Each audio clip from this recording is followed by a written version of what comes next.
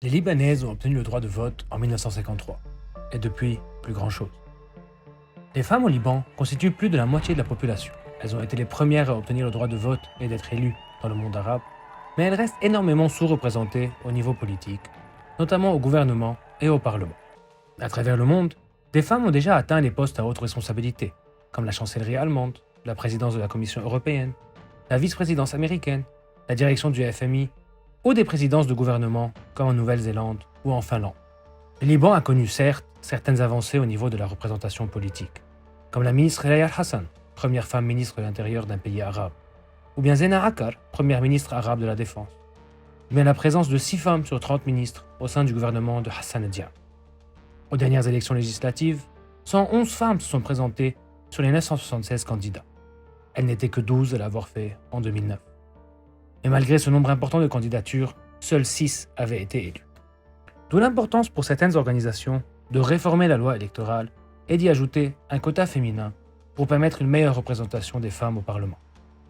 Mais les différentes propositions de loi présentées, dont notamment celle de la députée Inaya Azzeddine, n'ont même pas été discutées en octobre dernier, et il est trop tard aujourd'hui pour que ce quota soit inclus au scrutin de mai.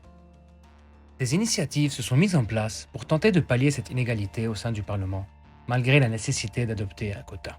En l'absence de quota, comme vous l'avez dit, il y a beaucoup de choses qui peuvent être faites. Déjà au niveau des candidatures féminines, encourager le plus possible de candidates féminines à se présenter aux élections. Mais aussi d'un autre côté, et ça ne peut pas, aucun succès ne sera fait si ces femmes ne sont pas soutenues par leur parti politique ou bien par les mouvements politiques auxquels ils appartiennent. Il doit y avoir une consigne pour donner les voix préférentielles aux femmes. ONU Femmes et toutes les organisations membres de la plateforme féministe de la société civile soutiennent les femmes candidates. Nous sommes d'ailleurs prêts à leur fournir toute l'aide nécessaire pour leur permettre d'accéder au Parlement. Nous appelons aussi les partis et ceux qui forment les listes électorales à inclure un grand nombre de femmes sur leurs listes. Nous invitons aussi tous les électeurs à accorder leur voix préférentielle aux femmes présentes sur les listes de leur choix.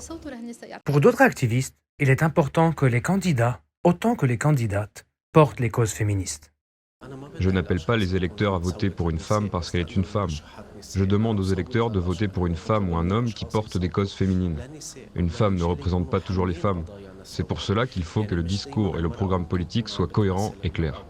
Que ce soit un homme ou une femme qui les porte.